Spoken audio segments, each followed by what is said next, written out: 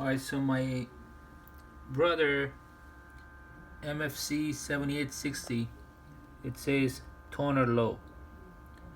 Well, see, the thing about these printers, copiers, they have a counter, and even though the toner is not really low, when it gets to certain numbers, it automatically comes on. So what you have to do is, instead of replacing the toner, reset this so you can continue printing and get some more usage out of the toner. All you have to do is open the front right here, and you'll see what happened here. It says cover is open.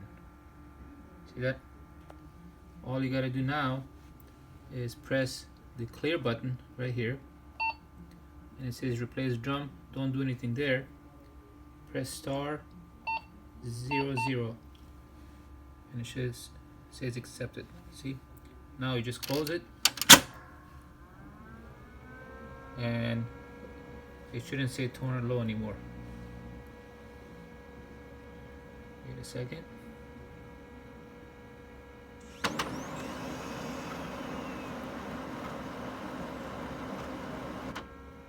Perfect. Now you just saved yourself some money. All good to go. Alrighty? Good luck.